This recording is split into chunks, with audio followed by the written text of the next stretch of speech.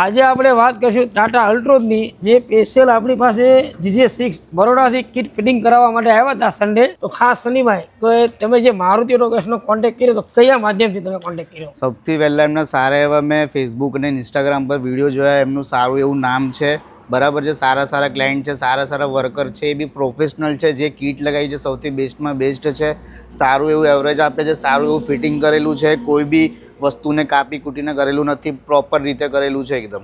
અને જે તમને જે આપણા સેલ્સ એક્ઝિક્યુટિવ તમને સમજાવ્યા એ રીતે આખું ફિટિંગ કરીને આપ્યું કે ના આપ્યું? સેમ એવી રીતે જ કરીને આપેલું છે, પ્રોપર રીતે. જે તમે ગાડીની ટેસ્ટ ડ્રાઈવ લીધી તો તમને પિકઅપ અને પરફોર્મન્સ તમને કેવું લાગ્યું કિટનું?